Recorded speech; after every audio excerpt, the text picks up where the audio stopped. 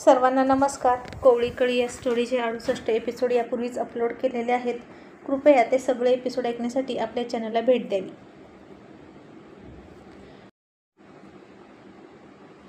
आज कुसुम सरपंच कार्यालयात गेली होती आणि तिथं तिच्यासोबत कुबेरही होता.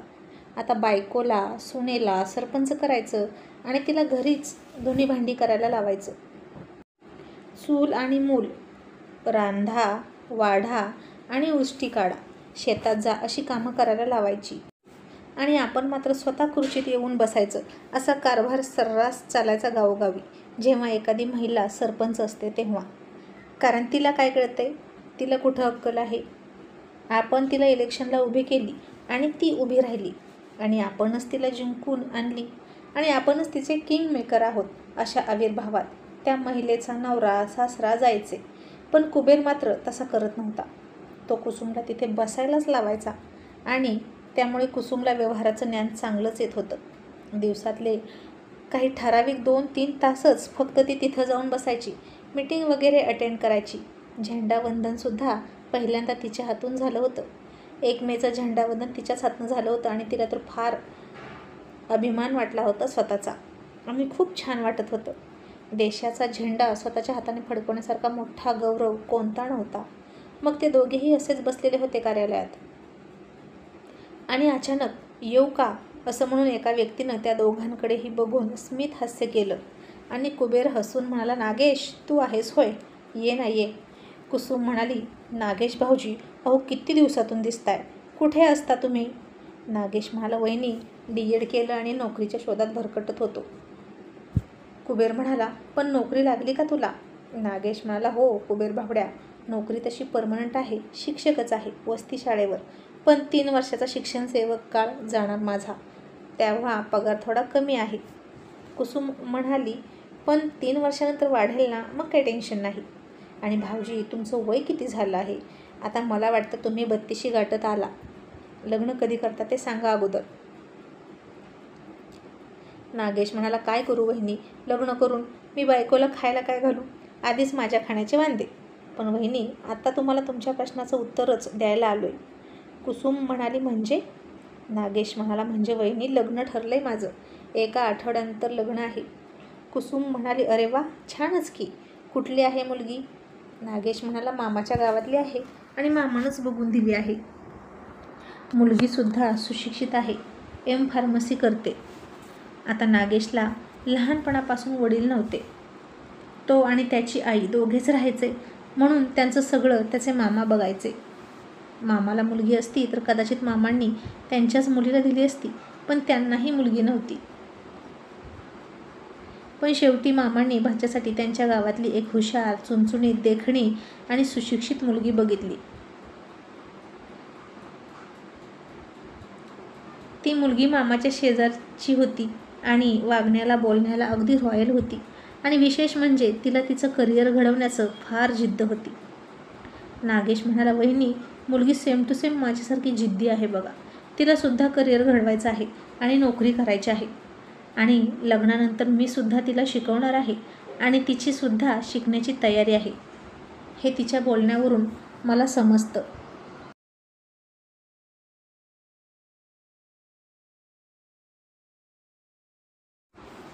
कुसुमला तर फार कौतुक वाटलं आता त्या दोघांचंही.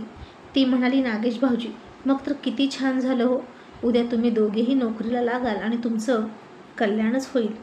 मग कुसुमनं पत्रिका पाहिली आणि म्हणाली, भाऊजी आणि मुलगीसुद्धा खूप सुंदर आहे. आता त्यावेळी नवीनच फॅशन आली होती, पत्रिकेवर नवरा नवरीचा फोटो छापायची आणि नागेशनं हौस केली होती पत्रिकेवर दोघांचाही फोटो छापून, कारण त्याची होणारी बायको स्वाती खरंच देखणी होती. मग तिचा अभिमान वाटून त्यानं पत्रिकेवर फोटो छापायचं ठरवलं होतं. वहिनी कुबेर भावड्या, लग्नाला नक्की यायचं आहे, लग्न मुलीच्या दारात आहे असं नागेश म्हणाला. कुबेर म्हणाला, कुसुम मुलगी एकदम मस्त आहे ग, अगदी राणी मुखर्जीसारखी. कुसुम म्हणाली, हो ना, उशिरा का होईना पण नागेश भाऊजींना छान बायको मिळाली आणि तीसुद्धा इतकी जिद्दी, मग काय विचारूच नका. देवाला सगळ्यांची काळजी असते हेच खरं. आता जे जे ते पत्रिका बघत होते वस्तीवर, ते नागेश आणि त्याच्या नशिबाचा हेवा करत होते.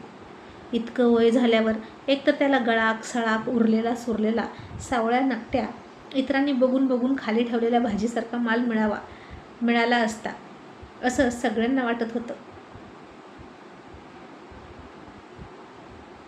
पण त्याला तर अगदी फ्रेश आणि शेलका माळ मिळाला होता.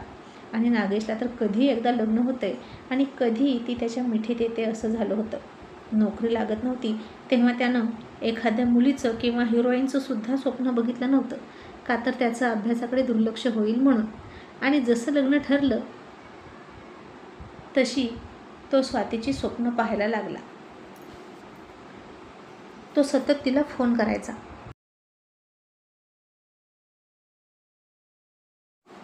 आणि ती फोनवर त्याच्याशी जुजबी आणि थोडंसं बोलायची. बहुतेक ती लाजत असेल म्हणून जास्त बोलत नाही असं त्याला वाटलं, पण तिचा लाजरापणा पाहून त्याला आणखीन तिची छेड काढू वाटायची आणि तो तिच्याशी खूप खूप फोनवर बोलायचा. तिचं मात्र सारखं अभ्यासावर लक्ष असायचं.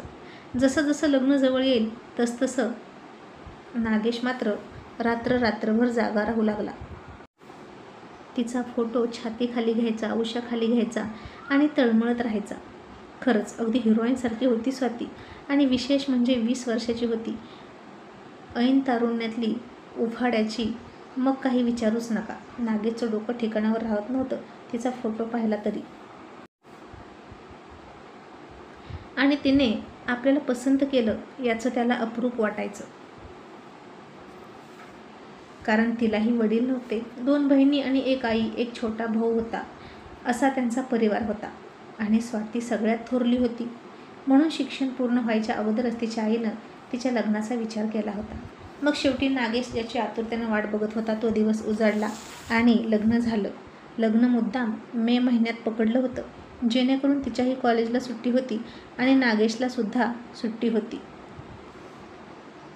म्हणजे तिचं कॉलेज आणि याची शाळा सुरू होईपर्यंत 1-1.5 महिना मनसोक्त दोघांनी एकत्र राहायचं. नवीन लग्न होतं आणि आनंद घ्यायचा वैवाहिक जीवनाचा, असं प्लॅनिंग करून त्यानं मे महिन्यात लग्न धरलं होतं. लग्न स्वातीच्या मामाने तिच्याच दारात करून दिलं. देवदर्शन झालं, पूजा झाली. तोपर्यंत नागेशने कसा बसा धीर धरला.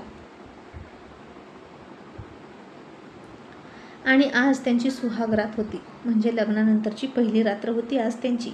नागेशचं घर म्हणजे जुनीच पत्र्याची एक खोली होती. आईने काबाड कष्ट करून कशीबशी निवारा असावा म्हणून बांधली होती. नागेश तर आत्ता नोकरीला लागला होता. मागे पुढे तर चांगलं घर बांधणारच होता. मग आता ते दोघे नवे नवरा नवरी एकत्र झोपणार. म्हणजे आईनं आपला बिछाना घेतला आणि शेजारच्या तिच्याच एका समवयस्क मैत्रिणीकडे अंगणात झोपायला गेली आणि या दोघांना तिने एकांत मिळू दिला. मग नागेश खोलीत गेला तेव्हा स्वाती तशीच बसली होती आणि नागेशनं खूप उतावीळ होऊन तिला पाठीमागून मिठी मारली. तसं तिने त्याला दूर ढकलला आणि त्याला म्हणाली, मला तुमच्याशी काहीतरी बोलायचं आहे. आणि नागेश घाबरला. तिच्या चेहऱ्यावरून तर असं वाटत होतं की ती खूपच सिरियस आहे. आता तिला काय बोलायचं असेल माझ्याशी? तिचं कोणावर अगोदर प्रेम असेल का? तिला मी आवडत नसेल का? तिनं या आधी कोणासोबत पहिली रात्र साजरी केली असेल का? अशा एक ना अनेक शंका नागेशच्या डोक्यात यायला सुरुवात झाली. इतकी वर्ष त्यानं लग्नाची वाट पाहिली आणि आत्ताही ती अशी बोलत होती. मग त्यानं तिच्या हाताला पकडलं, बेडवर बसवलं आणि म्हणाला, काय झालं? तुला मी पसंत नाही का? ती म्हणाली, तसं काहीच नाही. मला तुम्ही पसंतही आहात आणि तुम्ही समजता तसं माझं दुसरीकडे कुठेच काही नाही. पण मला माझं करिअर करायचं आहे आणि मला आपल्या या नात्याची सुरुवात इतक्या लवकर करायची नाही. आधी माझं शिक्षण पूर्ण होऊ द्या, नोकरीला लागू द्या आणि मगच आपण दोघं एकत्र यायचं आणि मिलन करायचं.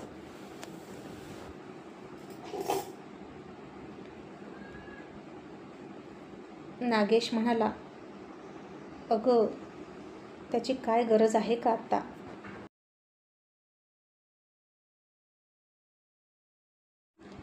हे बघ, आता मला नोकरी आहे आणि तुझंही शिक्षण सुरूच राहणार आहे. त्यात कुठेही खंड पडणार नाही. मग कशाला दूर राहायचं? असं म्हणून त्यानं पुन्हा तिला मिठी मारली. तसा तिने पुन्हा त्याला दूर ढकलला आणि म्हणाली, हे बघा, एकदा का ही सुरुवात झाली की पुन्हा थांबणं शक्य नसतं. तुम्ही माझ्यापासून लांब जायला तयार होणार नाही. माझं शिक्षणही थांबेल आणि माझंही अभ्यासात लक्ष लागणार नाही. आणि मध्येच एखादं मूल झालं तर काय करू? माझं करिअर बरबाद होईल. नागेश म्हणाला, असा का विचार करतेस तू? आपण प्रिकॉशन घेऊया ना. आणि झालं बाळ तरी होऊ दे. तुझ्या करिअरच्या आड बाळ कधीच येत नसतं. आई आहे ना बाळाला सांभाळायला. तू नको टेन्शन घेऊ. एकतर माझं लग्न उशिरा झालं आहे, मग मला या सगळ्या गोष्टींची घाई आहे आणि गरजही आहे. माझीही काही स्वप्न आहेत. मी लग्नाची खूप वाट पाहिली आहे. ती म्हणाली, पण माझं लग्न तर लवकर झालं आहे. मला काही घाई नाही या सगळ्या गोष्टीची. मला आधी माझं करिअर करायचं आहे आणि मग संसार. नागेश म्हणाला, मग लग्न का केलं? तुझं करिअर घडवून लग्न का केलं नाहीस? ती म्हणाली, कारण तुम्ही मला पुढे शिकण्याची संधी देणार असं म्हणालात, म्हणून मी तयार आहे लग्नाला. नागेश पुन्हा म्हणाला, मग मी तुला शिकवायला नकार कुठे देतोय? पण आपल्यात नवरा बायकोचे संबंध येऊ दे ना, काय हरकत आहे? आणि ती म्हणाली, नाहीच, तुम्ही माझ्याजवळ यायचंच नाही. आपण लांब लांब राहायचं. जोपर्यंत तुम्ही इथे आहात तोवर लांब राहा. माझं कॉलेज सुरू झालं की मग मी मुंबईला जाईन आणि मग मात्र काही टेन्शन नसेल. आता नागेशला तर तिला कसं समजावून सांगावं तेच कळेना. तो तिला म्हणाला, हे बघ, जरी तुझं करिअर नाही झालं तरी तू उपाशी राहणार नाहीस. मला नोकरी आहे ना.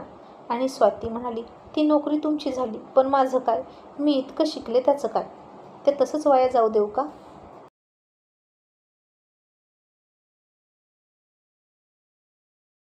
नागेशने आता डोक्याला हात लावला. तो तिला खूप समजावत होता, पण तरीही स्वाती ऐकतच नव्हती. ती तिच्या निर्णयावर ठाम होती. सारखी करिअरच करायची. आता नागेश 32 वर्षाचा झालेला होता एकतर, आणि तुंबलेला होता. कधी एकदा तिच्याशी मिलन करून रिकामं होतं असं झालं होतं त्याला. तो तिला म्हणाला, हे बघ, मी खूप रात्री तुझ्या आठवणीत पालथ्या झोपून काढल्या आहेत आणि मला आता थांबणं शक्य नाही. आणि तुझं करिअर व्हायला किती वर्षे लागतील मला सांगता येत नाही. 3 वर्ष, 4, 5 वर्षे लागू शकतात आणि मी इतका दम धरू शकत नाही. इथे मला आता अर्धा ताससुद्धा दम निघत नाही आणि तू मला इतकं थांबायला सांगतेस? ते काही नाही, मी नवरा आहे तुझा आणि मी सांगतो तेच होणार, असं म्हणून त्यानं जबरदस्ती तिला मिठीत ओढली आणि तोंडात तोंड घालण्याचा प्रयत्न केला आणि स्वाती त्याच्यावर खूप जोरात ओरडली.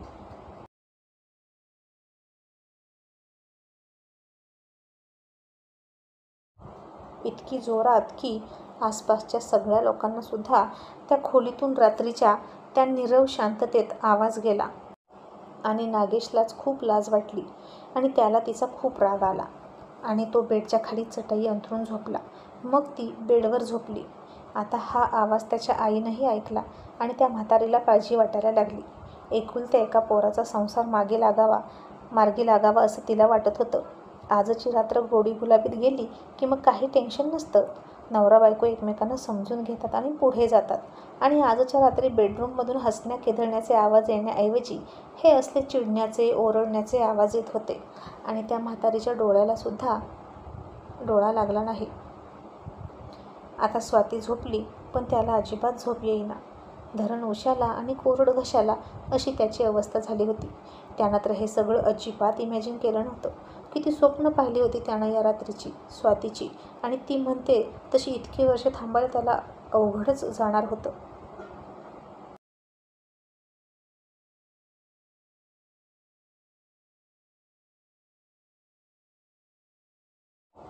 तिचं नक्कीच कुठेतरी काही सुरू असेल. शिवाय ती मुंबईत राहायची, त्याशिवाय ती अशी दम धरणं शक्य नाही असं त्याला वाटलं. मग पहाटेच्या 3 वाजला आणि ती झोपली होती. नागेश तळमळत होता. पालथा झोपला, उताना झोपला, उठून बसायचा, तिच्याकडे बघायचा, पण त्याला झोप येईना. मग त्याला वाटलं, आता तिची झोप लागली आहे आणि ती साखर झोपेत आहे. ती त्याला जवळ घेईलच. आणि तो अक्षरशः निर्वस्त्र होऊनच तिच्याजवळ गेला. कारण त्याच्यातला प्रणयाचा अग्नी चेतावला होता. पुरुषार्थ तर केव्हाचाच जागा होऊन बसला होता. तो शांत होण्याचं नाव घेत नव्हता. पिसाळलेल्या हत्तीसारखा मदमस्त होऊन त्याचा पुरुषार्थ त्याला आतून धडका देत होता आणि झोपू देत नव्हता. त्याच्या डोक्यात फक्त ती पाहिजे असे विचार यायला लागले. ती छताकडे तोंड करून झोपली होती आणि तिचे उभार छाती त्याला दिसली आणि तो डायरेक्ट तिच्या अंगावर जाऊन पडला आणि त्यानं तिच्या तोंडात तोंड घातलं. तिला जाग आली तशी ती त्याचा प्रतिकार करू लागली. त्याच्या उघड्या शरीरावर तिच्या नखांचे ओरखडे उठले. ती त्याच्या चेहऱ्यावर सुद्धा नखाने ओरबडत होती. पण नागेश आता मागे हटत नव्हता. त्यानं जबरदस्ती तिचे कपडे काढण्याचा प्रयत्न केला. स्वातीला आता त्याला अचानक असा निर्वस्त्र बघून खूप किळस आली आणि ती भांबावून गेली. पण सोबतच रागही आला होता तिला त्याचा.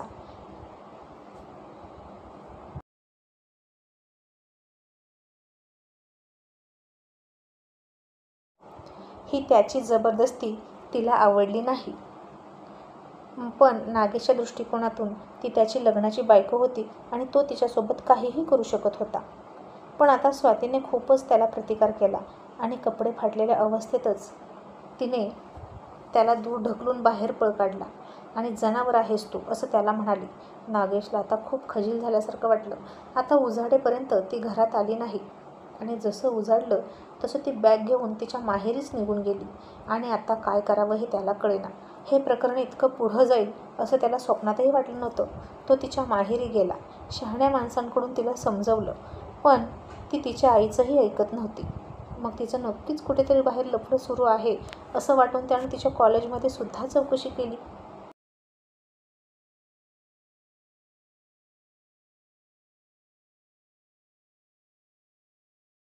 पण तसंही काही नव्हतं आणि आता तर ती म्हणत होती मी नांदायला जाणारच नाही. याच्याच नावचं मंगळसूत्र आयुष्यभर गळ्यात घालणार पण जाणार नाही. का तर त्यानं जबरदस्ती केली म्हणून. मग अशा प्रकारे लग्नानंतर तो खुश असेल असं कुबेरला वाटत होतं. पण त्याचा तो उतरलेला चेहरा पाहून कुबेरने त्याला सगळं विचारलं आणि नागेशनं सुद्धा कुबेरला सगळी हकीकत जशीच्या तशी सांगून टाकली. आणि कुबेर म्हणाला बाप रे नागेश, तुझं आणि माझं सेम टू सेमच झालं. पण माझी कुसुम छोटी होती. पण हे तर कळती आहे की, तरी असं करते होय.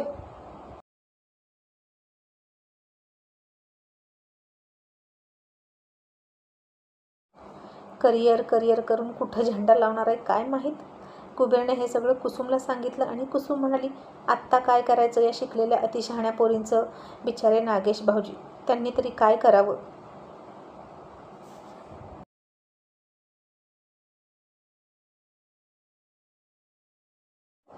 मग नागेशनेही तिला 2-3 वेळा समजावून सांगण्याचा प्रयत्न केला. कुसुमला सुद्धा तो घेऊन गेला तिला समजावून सांगायला. पण ती अतिशहाणी कोणाचंही ऐकत नव्हती. मग शेवटी कुसुम म्हणाली नागेश भाऊजी, तुम्ही दुसरी मुलगी बघा आणि हिच्याकडून घटस्फोट घ्या. ही येडपट आहे. तुम्ही तुमचं आयुष्य बर्बाद करू नका हिची वाट बघण्यात. तुम्हाला सरकारी नोकरी आहे. कोणीही तुम्हाला मुलगी देईल हसत हसत. आणि झालंही तसंच. पण स्वाती त्याला घटस्फोट सुद्धा देत नव्हती.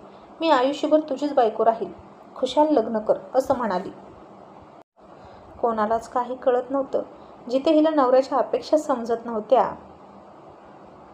त्या मुलीकडून काय अपेक्षा ठेवायच्या. थांबायचंच असतं तर लग्न तरी कशाला केलं असतं मग त्यानं. तरी नागेशनं काय होईल ते जाईल म्हणून कशी का होईना मिळेल त्या मुलीसोबत लग्न केलं. पण यावेळी मात्र पहिली रात्र साजरी करायची असेल तरच लग्न करायचं असं त्यानं त्या मुलीला समजावून सांगितलं. आणि करतानाच कमी शिकलेली मुलगी हेरली, 10वी नापास, जिला संसार करावा वाटतोय, करिअर नाही. आणि अशा प्रकारे नागेशचा संसार, दुसरा संसार म्हणा, 1 महिन्याच्या आतच सुरू झाला. आणि 3 महिन्याच्या आत गोड बातमीसुद्धा मिळाली. आणि 6 महिन्यानंतर पुन्हा स्वातीचं करिअरचं भूत उतरलं तिच्या मानगुटीवरून. आली आता मला नांदायचं आहे म्हणून. आणि बॅग भरूनच त्याच्या घरी आली. आत्ता बोला कसं करायचं. आता हा वाद पंचायतीत गेला आणि कुसुमकडे आला. आणि कुसुम म्हणाली आत्ता कोणत्या बेसवर तुला नागेश भाऊजींनी नांदवायचं सांग. तर ती म्हणाली आमचा अजून घटस्फोट झालेला नाही आणि मी लग्नाची पहिली बायको आहे. कुसुम म्हणाली मग तू आत्ता घटस्फोट घे आणि दुसरं लग्न कर. तर ती म्हणाली मग मला पोटगी म्हणून मला अर्धा पगार द्यावा लागेल. आणि नागेश घाबरला. कुसुम चिडून म्हणाली एकही दिवस नांदली नाहीस तू आणि लगेच अर्ध्या पगाराची मालकीण होशील का. स्वाती म्हणाली, मग कायदाच सांगतो तसं. एकतर मला नांदवा किंवा घटस्फोट देते आणि अर्धा पगार द्या कायमस्वरूपी. मग कुसुमनं नागेशला एकांतात बोलवून घेतला आणि म्हणाली, भाऊजी आता काय करायचं? ही तर खूपच हुशार निघाली. नागेश म्हणाला, वहिनी आता तुम्ही सांगा काय करू? बघितलं ना ही पिढा कशी उरावर येऊन बसली. कुसुम म्हणाली, भाऊजी तर मी सांगते तसं वागणार असाल तर मी उपाय सुचवते. नागेश म्हणाला, वहिनी जे तुम्ही सांगाल तेच करणार. मला माझ्या दुसऱ्या बायकोवर तिच्यामुळे अन्याय करायचा नाही. आणि मग कुसुम म्हणाली, अडाणी ते अडाणी पण सुशिक्षितांच्या सुद्धा अनेक तऱ्हा असतात. आणि आता बघूयाच नागेशची या संकटातून सुटका करण्यासाठी आपली अडाणी सरपंच कुसुम काय करते या शिकलेल्या मुलीच्या विरोधात. ते पुढच्या भागात बघूयाच.